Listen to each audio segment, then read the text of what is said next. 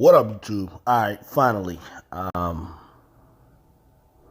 Without further ado, the predictions for Backlash, all the matches. This is the final card. Just came out an hour ago.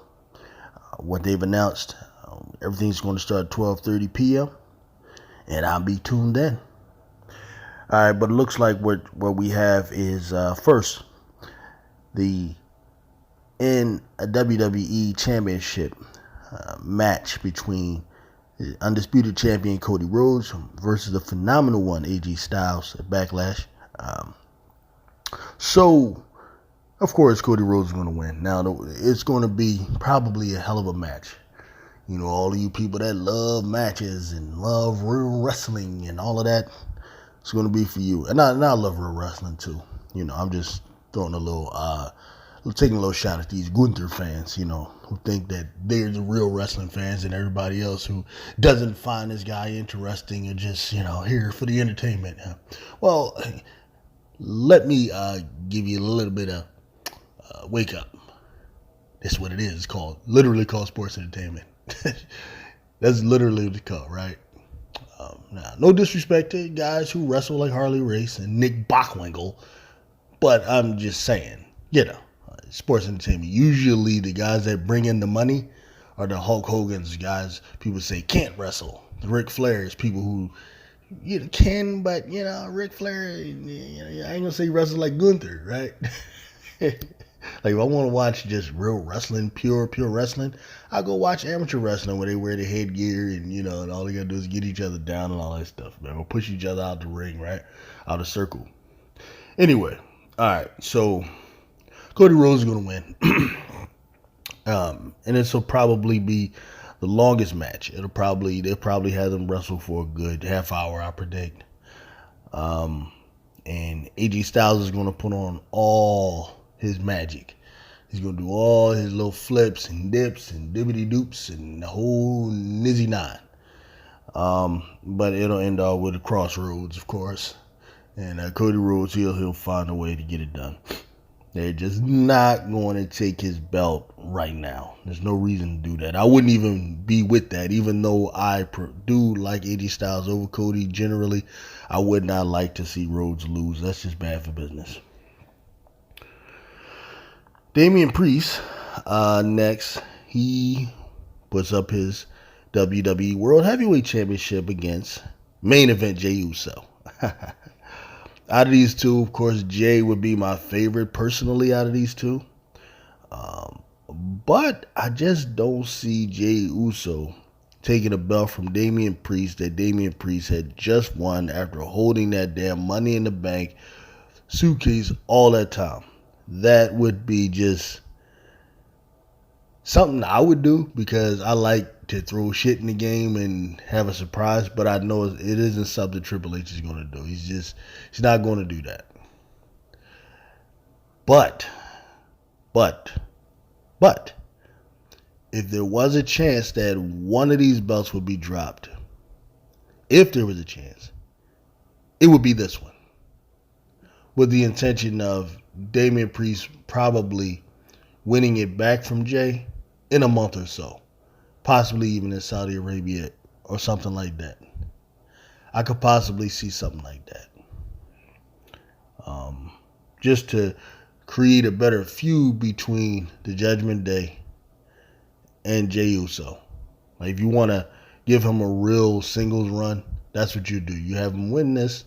Because really, if you think about it, let's say Jey Uso did win and it was a short title reign, that would work wonders just for Jay. Whereas for Damian Priest, he literally needs to hold a belt for a while. You see what I mean? So if Triple H was to be creative and to throw something in the game, this would be the belt that would be dropped. Main event Jay would take it to lose it to Damian Priest at King of the Ring or something like that. What else we got? We got the women's championship between Bayley, Naomi, and of course, oh my goodness, I'm tripping. Bayley, Naomi, and Tiffany Stratton here. It's a stone cold mortal lock that Bayley's gonna win this. That there's nothing they're gonna throw in there. It's not gonna be anything like that. Now, what they're probably gonna do, I think, the one little caveat or one little monkey wrench they're gonna throw in the game is that Nia Jax is gonna show up out of nowhere. I'm almost 95.9% certain that Nia Jax is going to show up somewhere in this equation. And Nia Jax is going to attempt to help Tiffany Stratton win the match. But she'll fail clumsily and end up causing Tiffany Stratton to lose the match unintentionally. Like, in other words, Bayley will win, but it won't be a completely clean win. Now, Bayley will get her respect for showing what she could do. They won't have her, taking a lot of lumps like she did last night at the, at SmackDown. She took a lot of lumps in that joint, man. She was in the corners, and Kabuki words stomping her out. Tiffany was getting off on her a lot. Like, it was crazy. But that's what makes Bayley great. She'll take the lumps. She's willing to do that. You know what I mean? Like, I know a lot of fans are like, Bayley deserves better. Why does she look weak and she's the champion? Nah. It's not the way it is, man. Like, Bayley's willing to take them lumps. You know what I mean? That's part of her greatness. Believe me. She's going to come out of there looking good. But what they're also trying to push is the Nia Jax Agent of Chaos as well. Her and Tiffany, that's just the way they're getting down. And then we got the WWE Women's Tag Team Division, which, believe it or not, is the most interesting match for me. Not only because, it's the best thing to look at. Without doubt, it's the best thing to look at, this particular match. That's true.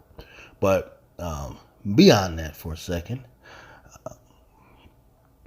this is the one where there's a small possibility. I'm starting to think, because I've been thinking about this all night, there's a small possibility of an upset. Of course, the favorites are Belair and Cargill. And for 1,000,000,001 reasons, they should absolutely win the match. But there's something about where they have Bianca Belair's head right now. This is what they're trying to show us, that maybe, just maybe, her mind is not completely in it for the right reasons as far as the tag team. And that she is just filled with this revenge and hate for the Kabuki Warriors and Damage Control. Now, we know sometimes that type of rage can work against you if you're not completely focused. There is a chance that someone could cause some diversion, some type of distraction, and they lose and not grab the belts right away. If, in fact, they want to do something where you break up Jade and Bianca. Now, I do not believe that's going to happen. That is not my official prediction. I'm just giving you a possible alternate ending. Bianca's distracted somehow because she's so obsessed with getting Damage Control. And then the Kabuki somehow gets some little wacko flippity-doo pin. Now, why I don't think that's going to happen is a number of reasons. Number one, the Kabukis were already drafted to Raw.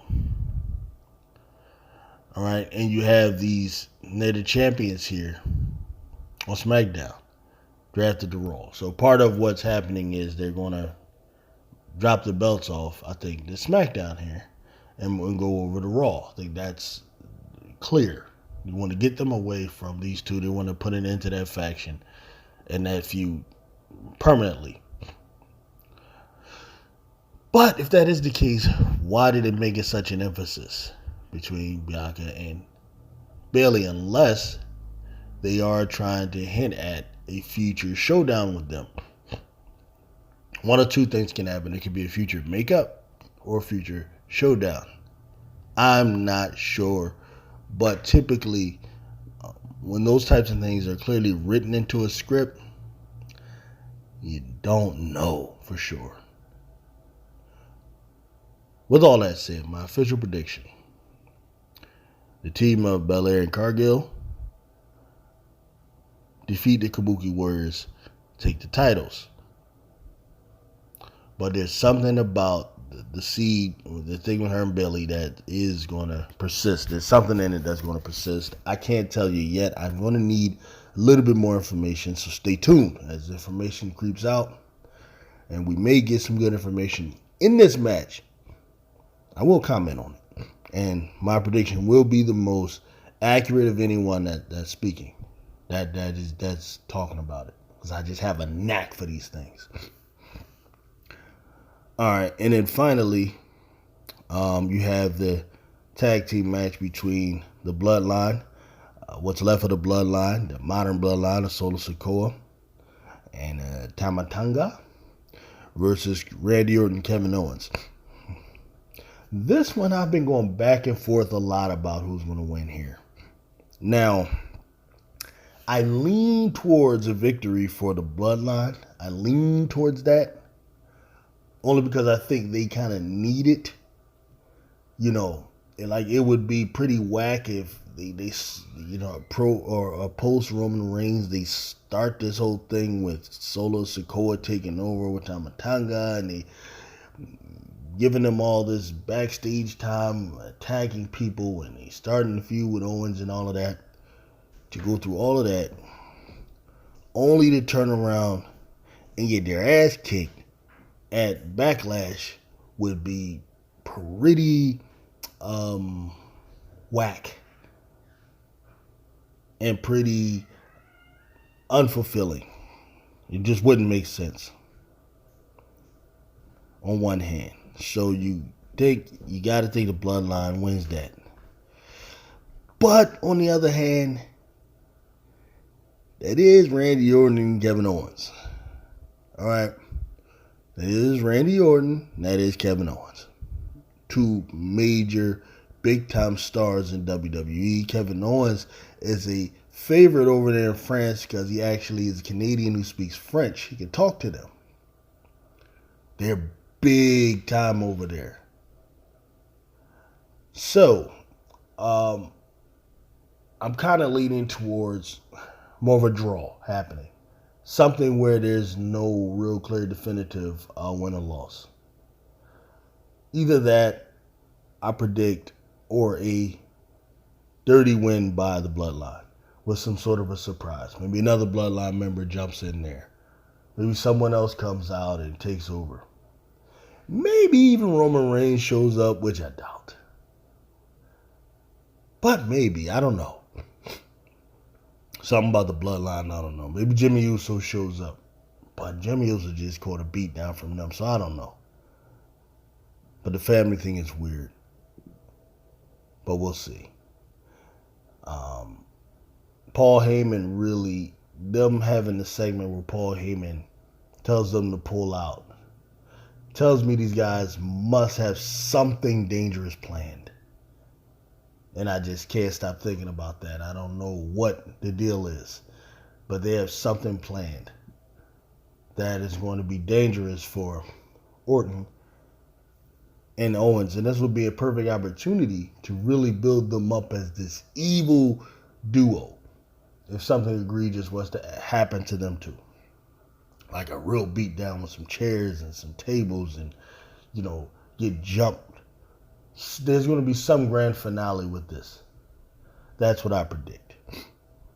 So there you got it, man. As you say, Cody keeps. Bayley keeps. Kabuki's drop.